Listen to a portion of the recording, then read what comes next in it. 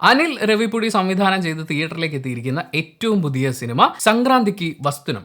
തിയേറ്ററിൽ പോയി കണ്ടു. പൊങ്കൽ റിലീസാണ്. തെലുങ്ക് പടമാണ്. മലയാളം ഡബ്ബ് വന്നിട്ടില്ല, ഇതുവരെ ബുക്ക് മൈ ഷോയിൽ കാണിച്ചിട്ടില്ല. പക്ഷേ മലയാളം ഡബ്ബ് വന്നാൽ ഇപ്പോഴത്തെ ഒരു സാഹചര്യത്തിൽ ചിലപ്പോൾ ഹിറ്റടിക്കാൻ സാധ്യതയുള്ള ഒരു സിനിമയാണെന്ന് ഞാൻ പറയും. കാര്യം നമ്മൾ അങ്ങനെ ഒരു ഫുള്ളി പാക്ഡ് ആയിട്ടുള്ള ഒരു ഫാമിലി കോമഡി സിനിമ കണ്ടിട്ട്, ഒരു എൻ്റർടൈനർ കണ്ടിട്ട് എത്ര കാലമായി എന്ന് പറയുന്നൊരു ചോദ്യമുണ്ട്. ചിരിക്കാനുള്ള സിനിമകൾ വരുന്നുണ്ടോ എന്ന് ചോദിച്ചു കഴിഞ്ഞാൽ ഉണ്ട്, പക്ഷേ ഔട്ട് ആൻഡ് ഔട്ട് കോമഡി ആയിട്ട്. മാത്രമല്ല, ഞാൻ ഫാമിലി ഓഡിയൻസ് എന്ന് പറയുമ്പോൾ ഒരു ഭാര്യയും ഭർത്താവും ഒരു കുട്ടി ഉണ്ടാവും, അവരെല്ലാ പടത്തിനും പോകുന്നുണ്ട്. അതല്ല ഞാൻ ഫാമിലി ഓഡിയൻസ് എന്ന് പറയുമ്പോൾ ഉദ്ദേശിക്കുന്നത്. ചിലപ്പോൾ അവർ വർഷത്തിൽ 3-4 സിനിമകളെ കാണുള്ളൂ. ഓണത്തിനോ വിഷുവിനോ ക്രിസ്മസിനോ റംസാനോ അല്ലെങ്കിൽ ഏതെങ്കിലും ഒരു പൊതു അവധി വരുമ്പോൾ വീട്ടിൽ കുറേ പിള്ളേരുണ്ട്, പിന്നെ അമ്മൂമ്മയുണ്ട്, വല്യച്ഛനുണ്ട്, പ്രായമായ ആൾക്കാരും ഒക്കെ ആയിട്ട് ഒരു ഫുൾ പാക്കായിട്ട് തിയേറ്ററിൽ പോയി സിനിമ കാണുന്ന ആ ഓഡിയൻസ് ഉണ്ടല്ലോ, അവരെ ആ കുടുംബത്തോടെ തിയേറ്ററിലേക്ക് എത്തിക്കാൻ സാധിക്കുന്ന സിനിമകളുണ്ടോ എന്ന് ചോദിച്ചു കഴിഞ്ഞാൽ എനിക്കറിയില്ല കേട്ടോ. ഫാമിലി ഏറ്റെടുത്തു എന്നൊക്കെ ഇരുന്ന് തള്ളും, പക്ഷേ ഒരു ഫാമിലി ഏറ്റെടുക്കുന്നില്ല. ബാക്കി പ്രേക്ഷകരൊക്കെ പുച്ഛിക്കുന്നതുകൊണ്ട് ഫാമിലിയുടെ തലയിൽ വെച്ച് കെട്ടാണ്, അവർ പിന്നെ തിരിച്ചൊന്നും പറയില്ലല്ലോ. പക്ഷേ ഈ സിനിമ കണ്ടപ്പോൾ നമ്മൾ ശരിക്കും മലയാളത്തിൽ അങ്ങനെ ഒരു ചിരി മഴ പെയ്യിക്കുന്ന സിനിമ മിസ് ചെയ്യുന്നുണ്ട് ഭയങ്കരമായിട്ട്. പിന്നെ ഈ സിനിമ കാണാൻ തിയേറ്ററിൽ ചെന്നപ്പോൾ ഒരാൾ എന്നോട് ചോദിച്ചു, അദ്ദേഹം ഒരുപാട് തെലുങ്ക് സിനിമകളൊക്കെ കാണുന്നതാണ്, എൻ്റെ റിവ്യൂസും കാണാറുണ്ടെന്ന് പറഞ്ഞു. ഇപ്പോൾ തെലുങ്ക് സിനിമകളോട് പുച്ഛമുണ്ടോ എന്ന് ചോദിച്ചു. പുച്ഛമല്ല ആക്ച്വലി, അത് നമ്മൾ ഓരോന്നിനെയും നമ്മൾ ഉള്ളിലേക്ക് എടുക്കുന്നതും നമ്മൾ അതിൽ നിന്ന് എൻ്റർടൈൻഡ് ആവുന്നതും പല രീതിയിലായിരിക്കും. ബാലയുടെ ഫൈറ്റ് സീക്വൻസ് കാണുമ്പോൾ അത് കത്തി സീനുകളാണെന്ന് അറിയാം, പക്ഷേ ആ ലൈറ്റ് സൗണ്ട് പരിപാടികൾ, ആ ഇടി കൊണ്ട് പറക്കുന്നത് ഒക്കെ കാണുമ്പോൾ എന്താണത് എന്ന് പറയുന്ന ഒരു ചിരിയോട് കൂടിയാണ് അതിനെ ഞാൻ എൻജോയ് ചെയ്യുക. അത് ഞാൻ പുച്ഛിച്ചല്ല കാണുന്നത്. അപ്പോൾ അങ്ങനത്തെ ഒരു ഔട്ട് ആൻഡ് ഔട്ട് പരിപാടികൾ കാണാൻ ഇഷ്ടപ്പെടുന്ന ഒരാളാണ് ഞാൻ. ഭഗവൻ കേസരിയുടെ റിവ്യൂ ആണ് പുള്ളി ചോദിച്ചത്.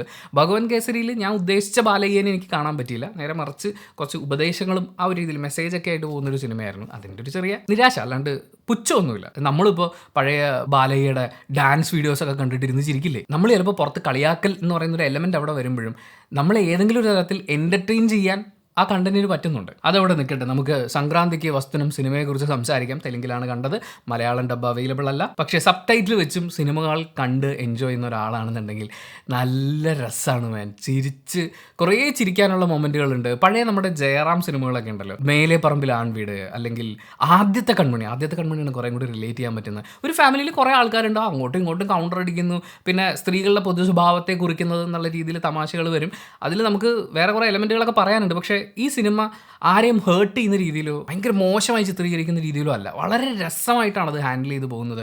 അഭിനേതാക്കളുടെയൊക്കെ പ്രകടനം, പ്രത്യേകിച്ച് വെങ്കടേഷ് മാൻ, എനിക്ക് അങ്ങേരോട് ഭയങ്കര സ്നേഹം തോന്നിപ്പോയി. എന്ന് വെച്ചാൽ അതായത് വിൻറ്റേജ് ജയറാമേട്ടൻ. ഇപ്പോഴത്തെ ജയറാമേട്ടനെ ഞാൻ പറയില്ല. ഇപ്പോഴത്തെ ജയറാമേട്ടൻ കോമഡി കാണിക്കുമ്പോൾ ഭയങ്കര ഓവറായിട്ട് പഴയ പുള്ളി അനുകരിക്കാൻ ശ്രമിക്കുന്ന പോലെ തോന്നും. അതേസമയം കുറച്ച് മാസമായിട്ടുള്ള എന്തെങ്കിലും ഒരു സാധനം വരുമ്പോൾ ഇങ്ങനെ അങ്ങോട്ട് നിന്നിട്ട് താടിയൊക്കെ ഇങ്ങനെ പൊങ്ങി, അങ്ങനത്തെ ഒരു പുള്ളി അങ്ങോട്ട് ശരിക്കും ഐ മിസ് ദ വിൻറ്റേജ് ജയറാമേട്ടൻ. അങ്ങനെ കാണിച്ചു വിട്ടിയ കഥാപാത്രങ്ങളുടെ സ്വഭാവങ്ങളൊന്നും അല്ല പറയുന്നത്, ആ ഫ്ലെക്സിബിലിറ്റി എലമെൻ്റ് ഉണ്ടല്ലോ, അത് ഭയങ്കരമായിട്ട് മിസ് ചെയ്യുന്നുണ്ട്.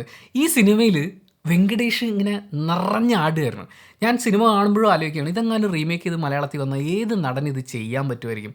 ബിജു മേനോന് ചിലപ്പോൾ ചെയ്യാൻ പറ്റുമായിരിക്കും. അപ്പോൾ പോലും ബിജു മേനോന് ഒരു പിടുത്തം ഉണ്ടാവുമെന്ന് തോന്നുന്നു. കാര്യം ഈ സിനിമയിൽ ഞാൻ വെങ്കടേഷിനെ കണ്ടത് വെച്ചിട്ടാണ് പറയുന്നത്.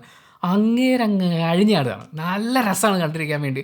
പാട്ട്, ഡാൻസ്, ഫൈറ്റ് എന്നൊക്കെ പറയുമ്പോഴേ ഈ സിനിമയുടെ ഒരു സ്കെയിൽ ഫുൾ ഓൺ കോമഡിയാണ്. കോമഡി ഇങ്ങനെ കണ്ടുകൊണ്ടിരിക്കുക. അപ്പോൾ ഇയാൾ ഒരു പോലീസ് ഉദ്യോഗസ്ഥനായിരുന്നു. ഇയാളൊരു റെസ്ക്യൂ മിഷനിൽ പങ്കെടുക്കാൻ പോകുന്നു. പക്ഷേ ഭാര്യയ്ക്ക് മുൻ കാമുകിയോടൊപ്പം ഇയാളെ വിടാൻ പറ്റില്ല. മുൻ കാമുകിയും ഇദ്ദേഹം കൂടിയാണ് ആ മിഷനെ ഇറങ്ങിത്തിരിക്കുന്നത്. അപ്പോൾ മുൻ കാമുകിയുടെ കൂടെ ഒറ്റയ്ക്ക് വിടാൻ പറ്റാത്തതുകൊണ്ട് ഭാര്യയും മോനും അമ്മായിച്ചനും ഒക്കെ ആയിട്ട് ഒരു പാക്കേജ് ആയിട്ടാണ് ഇവർ റെസ്ക്യൂ മിഷന് പോകുന്നത്. അപ്പോൾ അതിൻ്റെ ഇടയിൽ ഈ കാമുകി ഭാര്യ കോൺഫ്ലിക്റ്റ് കാര്യങ്ങളൊക്കെ ഉണ്ട്. പിന്നെ ഇങ്ങേറെ ഭാഗത്തു നിന്ന് വരുന്ന അബദ്ധങ്ങളുണ്ട്. ഇങ്ങനെയുള്ള കുറേ എലമെൻറ്റുകളൊക്കെ വെച്ച് ഭയങ്കര രസമായിട്ട് പോയിട്ട് ഒരു സ്ഥലത്ത് വെച്ച് ഇങ്ങനെ പെട്ടെന്നങ്ങ് മാസമാവാൻ പറ്റില്ല. മാസമാവാം, അങ്ങനെയൊക്കെ ചെയ്യാം, പക്ഷെ ഭയങ്കര മിസ്മാച്ച് ആയിപ്പോയനെ. പക്ഷേ ഇതങ്ങനെയല്ല. ഇത് ആ ഫൈറ്റ്, അതായത് 1 മാസ് സീൻ ഫൈറ്റൊക്കെ കാണിക്കുന്ന സമയത്തും അതിൽ ആ കോമഡി മിക്സ് ചെയ്ത് ഡയലോഗ്സൊക്കെ ഭയങ്കര പ്ലേസ്മെൻ്റാണ്. നമ്മളിങ്ങനെ ചിരിച്ച് തന്നെ കണ്ടുപോകുന്ന രീതിയിൽ ചില കാര്യങ്ങൾ കത്തിയാണ്. പക്ഷേ ആ കത്തിക്കൊരു രസമുണ്ട്. ഒന്നെങ്കിൽ നമ്മളെ ചിരിപ്പിക്കും, അല്ലെങ്കിൽ ഒരു ചാർജിൽ നമ്മളിങ്ങനെ നിർത്തുന്ന രീതിയിൽ രസമായിട്ട് പോകുന്നൊരു പടം. മീനാക്ഷി ചൗധരി, ഐശ്വര്യ രാജേഷ്, എല്ലാവരും. ഈ സിനിമയിൽ ഒരു കൊച്ചു പയ്യനുണ്ട്, അവൻ്റെ പേര് ഞാൻ വിക്കിപീഡിയയിൽ നോക്കിയിട്ട് കിട്ടിയില്ല. വെങ്കടേഷിൻ്റെ മകനായിട്ട് വരുന്ന എന്താണ് ബുള്ളി ബാബുവോ അങ്ങനെ എന്താണ് അവനെ വിളിക്കുന്നത്. വാ തുറന്ന ചെക്കൻ, മറ്റേ ഹെവി റേഞ്ചിൽ ചീത്ത വിളിക്കുന്ന, ഒന്നിനെയും കൂസാത്ത അങ്ങനത്തെ ഒരു പയ്യനുണ്ടാവില്ല, ഭയങ്കര കുസൃതി കൊടുക്കായിട്ടൊരുത്തൻ. അതാണ് ഐറ്റം. അയ്യോ, അവനും വെങ്കടേഷും കൂടിയുള്ള മൊമെൻറ്റ്സ് അടിപൊളിയായിരുന്നു. അടിപൊളി എന്ന് പറഞ്ഞാൽ ഭയങ്കര രസമായിട്ട് എൻജോയ് ചെയ്തിരുന്ന് കാണാൻ പറ്റുന്ന ഒരു സിനിമയാക്കി അത് മാറ്റുന്നതിൽ ഈ കൊച്ചു പയ്യനൊക്കെ അമ്മാതിരി ഇൻപുട്ട് ഉണ്ട്. പിന്നെ മ്യൂസിക് പറയണം, ഭീംസ് എന്നാണ് അദ്ദേഹത്തിൻ്റെ പേര്. അങ്ങേര് വേറെ റേഞ്ച് മനുഷ്യനാടോ. എന്ന് വെച്ചാൽ ഈ ഫൺ എലമെൻറ്റ് നിർത്തിക്കൊണ്ട് തന്നെ ഫൈറ്റ് വരുന്നുണ്ട്, പിന്നെ കുറേ പാസ്റ്റിലേക്ക് പോകുന്നുണ്ട്. ഈ പാസ്റ്റിലെ പ്രണയത്തിൽ കുറച്ച് മോഡേൺ എലമെൻറ്റുകളും നാട്ടിലെ പ്രേമത്തിന് അല്ലെങ്കിൽ നാട്ടിലെ ഭാര്യയും ഭർത്താവും തമ്മിലുള്ള അവരുടെ റൊമാൻസും പാട്ടും അത് ആ ഒരു ടോണിൽ അതേ പറഞ്ഞാൽ സിനിമയുടെ ഒരു ടോട്ടൽ വൈബിനെ ഇങ്ങനെ ബാലൻസ് ചെയ്തുകൊണ്ട് പോകുന്ന ഗംഭീര മ്യൂസിക്, വിഷ്വൽസും ഭയങ്കര രസമായിട്ട് തന്നെയാണ്, നല്ല കളർഫുള്ളായിട്ട്. അതായത് നമ്മൾ പൊങ്കൽ ആറ്റിറ്റ്യൂഡ്, ഇതിലൊരു പാട്ട് തന്നെയുണ്ട് പൊങ്കൽ ആറ്റിറ്റ്യൂഡ് എന്ന് പറഞ്ഞിട്ട്. അതേപോലെ ഒരു പൊങ്കൽ ആറ്റിറ്റ്യൂഡിൽ ഫുൾ ഫാമിലി ആയിട്ട് പ്രത്യേകിച്ച് ഒന്നും ചിന്തിക്കാതെ കുറേ ഇല്ലോജിക്കൽ സാധനമുണ്ട്. ഞാൻ നേരത്തെ പറഞ്ഞ ഇതിൻ്റെ ബേസ് സ്റ്റോറിയിൽ തന്നെ ഇല്ലോജിക്കൽ എലമെൻറ്റുകളുണ്ട്.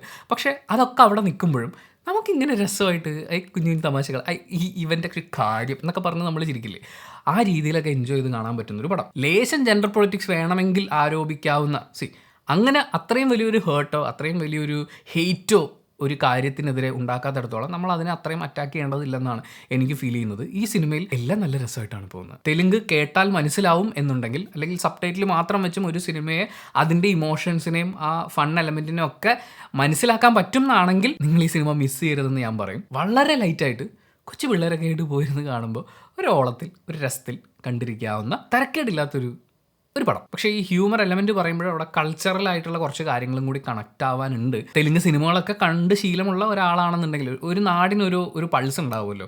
ഇപ്പോൾ ഈവൻ ഹ്യൂമർ ഡെലിവർ ചെയ്യുന്നതിനും ചിലപ്പോൾ ഒരു ടൈമിംഗ് എലമെൻറ്റ് ഉണ്ടാവും. അപ്പം അങ്ങനെയൊക്കെയുള്ള കുറച്ച് കാര്യങ്ങളും കൂടി അണ്ടർസ്റ്റാൻഡ് ചെയ്യാൻ പറ്റുകയാണെങ്കിൽ, അങ്ങനെ കാണുകയാണെങ്കിൽ വളരെയധികം എൻജോയ് ചെയ്യാൻ പറ്റുന്ന. ഞാൻ തിയേറ്ററിലിരുന്ന് ആദ്യത്തെ കുറച്ച് സമയമൊക്കെ കോമഡി ആണല്ലോ എന്ന് തോന്നും, പക്ഷേ ചിരി അങ്ങനെ വരുന്നുണ്ടായില്ല. പക്ഷേ കുറച്ചങ്ങ് കഴിഞ്ഞപ്പോൾ ഇരുന്ന് ചിരിക്കാനുള്ള സാധനമുണ്ട്. എനിവേ, ഞാൻ ഈ പറഞ്ഞത് എൻ്റെ പേഴ്സണൽ ഒപ്പീനിയനാണ്. നിങ്ങൾ ഈ സിനിമ തിയേറ്ററിൽ കണ്ടിട്ടുള്ള ആളാണെങ്കിൽ നിങ്ങളുടെ അഭിപ്രായങ്ങൾ കമൻറ്റ് ബോക്സിൽ രേഖപ്പെടുത്തുക.